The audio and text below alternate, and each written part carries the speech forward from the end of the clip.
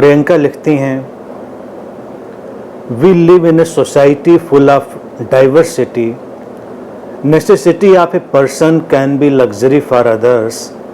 In such situations, a person using any commodity or service might not be trying to display or impress others, but could be perceived in that way by someone. How we can understand that our act is not being perceived as display, show off by others?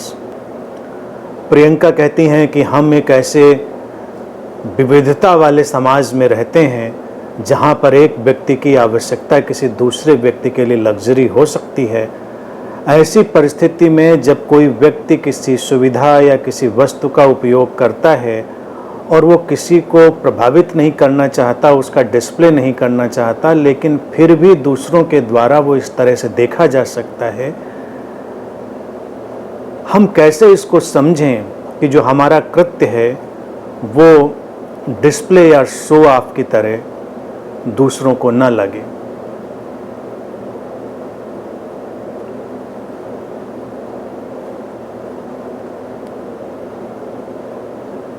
लाओ त्से के इस सूत्र पर, ताओ ते चिंग पर पिछली बार हमने बात करी.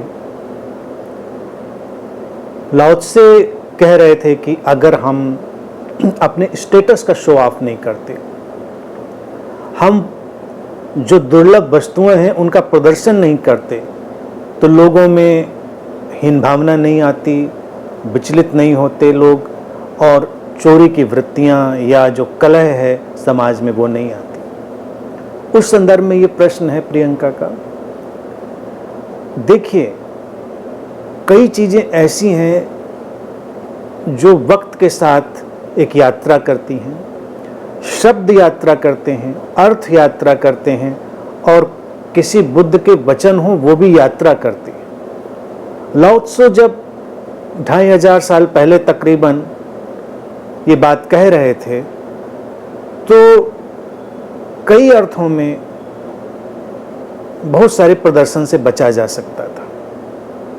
आज लेकिन हम जैसे समाज में रह रहे हैं, यहाँ पर आवश्यकताएं बदली हैं और यहाँ पर लग्जरी बदली है. हर चीज धीरे धीरे बदलती गई है. मूल बात क्या है, मनुष्य होने के नाते हमको ये बात बिल्कुल पता होनी चाहिए और स्वीकार करनी चाहिए, और हमको ये दिखाई भी देगी कि जो हमारा एटीट्यूड है, जो हमारी इनर क्वालिटी है, वो मायने रखती है. डिस्प्ले क्या सचमुच में हम करना चाह रहे हैं? क्या हम सचमुच में किसी को नीचा दिखाने के लिए कोई काम कर रहे हैं? क्या प्रदर्शन वृत्ति के कारण हमसे कोई काम किया जा रहा है? ये प्रश्न तो रहेंगे. और एक बात यकीन मानो, जो हमारी इनर क्वालिटी होगी, आंतरिक गुणवत्ता होगी, उसी का प्रभाव पड़ेगा. अब मान लो तुम एक बड़े घर में रहते हो. बहुत सारे लोग ऐसे हो सकते हैं जो कि हैं समाज में जिनके पास वो बड़ा घर नहीं है, लेकिन बड़ा घर अगर तुम्हारे लिए एक स्टेटस सिंबल बनता है सुविधा के बजाय, और तुम उसमें रहने के कारण अपने को कुछ बड़ा समझते हो, तो फिर तुम्हारे लिए ये अड़चन पैदा करेगा. और इसकी जो तरंगें होंगी, इसकी जो वाइब्रेशंस होंगी, वो लोगों तक पहुंचेंगी, वो हर्ट करेंगी, वो विचलन पैदा करेंगी, वो दुविधा पैदा करेंगी. इसी तरह से हम अगर धन की भी बात करें, धन कम है या ज़्यादा है, ये लोगों के अपने गुणों पर निर्भर कर सकता है. लाओ त्से जब बात करते हैं तो वो गुणों की विविधता की बात करते हैं. समाज विविधतापूर्ण इसलिए है क्योंकि समाज में गुणों की विविधता है. ये बात भी है कि समाज में नीतियों की, शोषण की, उसकी भी सारी चीजें हैं जिस कारण भी तमाम विविधता है. लेकिन मूल विविधता तो है गुणों के कारण. किसी की आवाज अच्छी है, किसी की शक्ल अच्छी है, किसी न किसी रूप में हम लोगों को अगर देखने जाएंगे तो उन्हें बेहतर पाएंगे. और अक्सर ऐसा हो सकता है कि कोई भी हमसे आगे कतार में खड़ा हो और हमसे बेहतर हो, जो कि संभव है। यहाँ किसी को मुकम्मल जहां नहीं मिलता, किसी को ज़मीन नहीं मिलती तो किसी को आसमान नहीं मिलता। इसी तरह से कुछ भी यहाँ पर किसी के लिए परिपूर्ण नहीं है, चीज़ें बदल रही होती हैं। किसी की आवश्यकता, जैसा कि लिखा है, किसी के लिए लग्जरी हो सकती है, बेशक हो सकती है। कई बार किसी को देख के लग सकता है कि ये तो लग्जरी है, लेकिन तुम्हारे लिए वो आवश्यक हो सकता है, अपरिहार्य हो सकता है।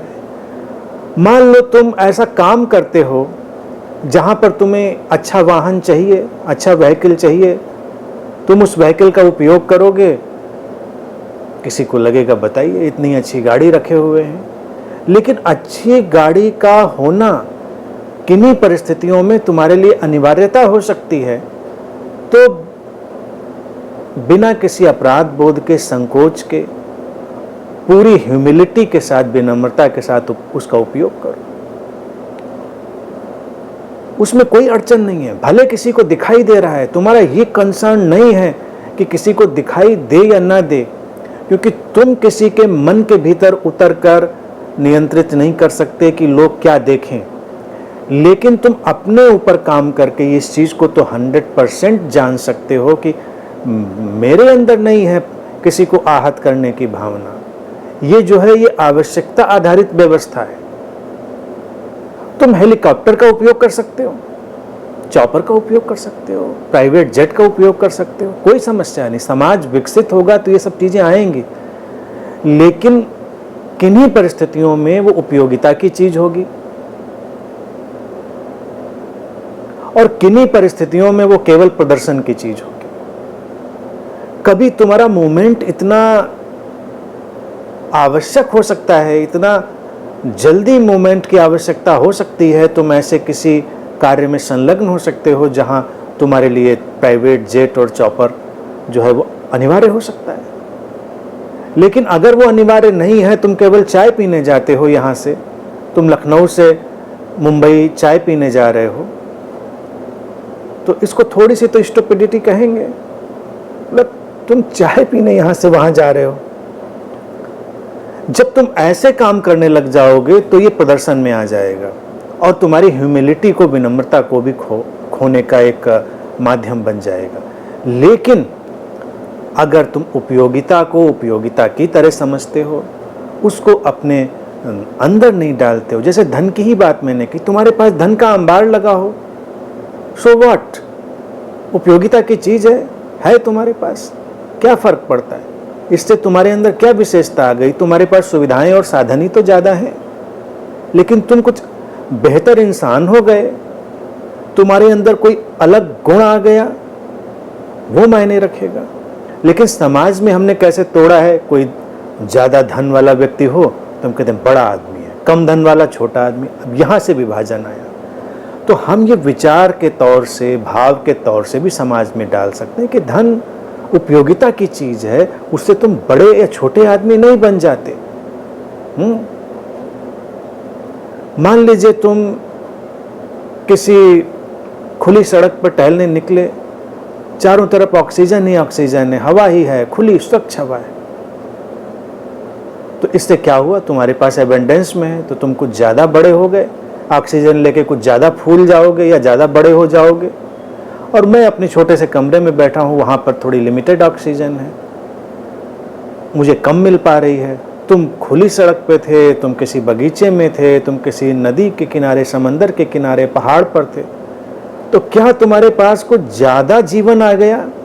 हाँ, तुम अच्छा फील करोगे, थोड़ा ऑक्सीजन अच्छा फील कराती है, उदाहरण उतना सटीक नहीं है। लेकिन अगर इसी को हम धन के माध्यम से देखें, फिर ये आएगा कि अगर ऑक्सीजन का इंटेक करने के बाद तुमने किया क्या, तुमने जीवन को जिया कैसे और क्या जिया? तुम स्वस्थ होने के बावजूद भी विकृतियों में लिप्त हुए, तुम स्वस्थ होने के बावजूद भी अच्छी ऑक्सीजन का इंटेक करने के बाद, अच्छी ऑर्गन और सारी हेल्थ मेंटेन करने के बावजूद भी अहंकार से भरे, स्वार्थ से भरे, तो व्यर्थ है। और मैं अपने छोटे से कमरे में बैठा हूँ, ऑक्सीजन कम है, थोड़ा कार्बन डाइऑक्साइड भी बढ़ा हुआ है, लेकिन बाकी सारी गुणवत्ताएं हैं तो बेहतर है, कोई फ़र्क नहीं पड़ता। छोटा बड़ा आदमी ये समाज की व्यवस्थाओं से बना है। तो इस कन्फ्यूजन में ना रहें कि कोई चीज़ हमारी किसी को कैसे दिखेगी, हमारे संसाधन कैसे किसी को दिखेंगे। यकीन मानो वैसे ही दिखेंगे जैसा तुम उन्हें देखना प्रारंभ करोगे। पहली तो ये बात पूरी करनी है, पहली शर्त ये पूरी करनी है। लोग ही भूल जाते हैं, लोग विनम्रता भूल जाते हैं, लोग अपने व्यक्तित्व की गुणवत्ता को भूल जाते हैं और तब उसकी चोट पड़ती है, किसी के ऊपर उसकी चोट पड़ती है। हमारे समाज में देखिए पहले था और आज की तारीख में भी बहुत सारी जगहों पर ऐसा है। मैं भी उस परिवार में था, मेरे यहाँ भी ऐसा होता था। हम लोग भोजन किसी के सामने नहीं करते थे। मेरे घर में भी ये नहीं था कि हम भोजन भी किसी के सामने करें। अब इसके पीछे कई कारण हो सकते हैं। बहुत सारे कारणों में से एक कारण है कि अगर तुम भोजन शेयर कर रहे हो तो ठीक है, और नहीं शेयर कर रहे हो तो ये तुम्हारा निजी जाति मामला है कि तुम चुपचाप अपना भोजन करते हो। अच्छा करते हो, खराब करते हो, दोनों बातों से कोई फर्क नहीं पड़ता। मूल बात होगी भोजन ने तुमको शक्ति दी, ऊर्जा दी, ये चीज़ है। भोजन का भी प्रदर्शन हो सकता है, डिस्प्ले हो सकता है और किसी के ऊपर आक्रामक हो सकता है। कहने का सारा जो सार संक्षेप में मामला है वो तुम्हारे इनर एटीट्यूड पर, तुम्हारी आंतरिक गुणवत्ता पर इसको आधारित करना होगा। ये इस समाज का एक बदला हुआ परिप्रेक्ष्य है। लाओ त्से के समय इनको हम किसी और ढंग से भी अप्लाई कर सकते थे, लेकिन तब भी ऐसा नहीं कि इतना भेद था। आज की आवश्यकताएं और आज की लग्जरी सब बदल चुकी हैं, लेकिन इंसान भीतर से तब भी ऐसा था, भीतर से आज भी वैसा है। तो अपने अंतर जगत को बदलो, अपने अंतर जगत की जो भी उलझने हैं, उलझाव हैं, उन पर काम करो। करुणापूर्ण रहो, प्रेमपूर्ण रहो और अपनी आवश्यकताओं के साथ चलो।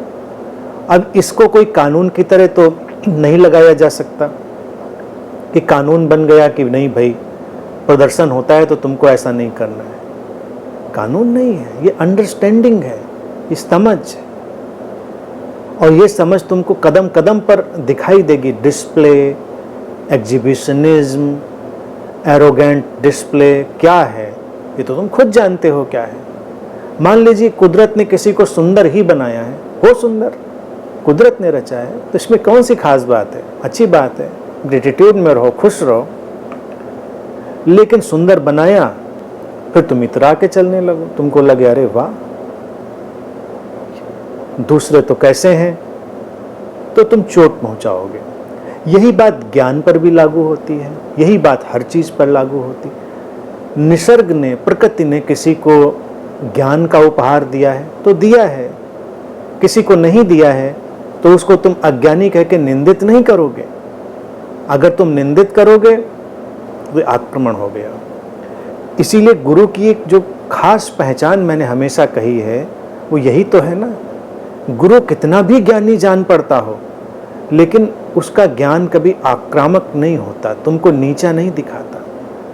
तुम आते हो तो तुमको ऐसे नहीं दिखाता, देखता वो कि देखो आ गए अज्ञानी लोग, सब चले आ रहे हैं पापी लोग। ऐसा पुण्यात्मा नहीं बनाए कि जब तुम्हारी तरफ देखता है तो इस तरह का एटीट्यूड और इस तरह की उसकी बॉडी लैंग्वेज हो जाती है कि सब आ गए अज्ञानी लोग, फिर से सुनने आ गए प्रवचन।